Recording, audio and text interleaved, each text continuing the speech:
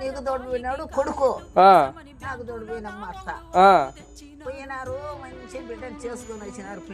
పెళ్లి చేసుకొచ్చినారు.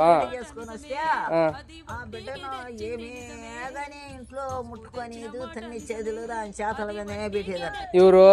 అత్త కోడలకి.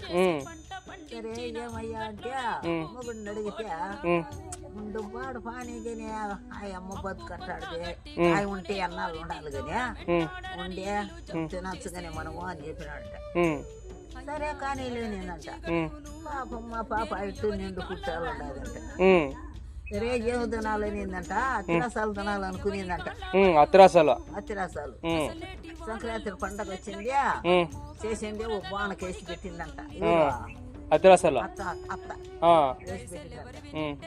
సరే కొడుకు వచ్చి అమ్మా ఈ పొద్దు చెల్లు చేపలు కోల్పోతా ఉన్నాయమ్మా, ఒక్కొక్క చేప అమ్మా తల్లాగా ఉండదు, చేపలకు పదం రామ్మా అని చెప్పేసి పోయిందంట.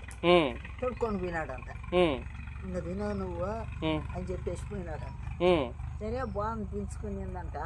పాపమ్మా తీసుకొని తినే టైంలో అత్త వచ్చేసిందంట. మాట్లాడుతూ వస్తా ఉందంట. ఊర నాయన మాయత్త వచ్చిందని చెప్పి సంఖలో పెట్టుకున్నట్ట. తిరసాలి అక్కడ ఇక్కడ సంఖలో పెట్టుకొని గమ్మని ఉండిపోయిందంట. చూసిందంట అత్త సంఖలో పెట్టుకుని అత్తరాలు చూసేసింది అత్త. అక్క కొడాలా ఈ పొద్దు సంక్రాంతి పండగకు అందరూ సంకలు లేకపోతే కోలాటం వేయాలను అని చెప్పిందట.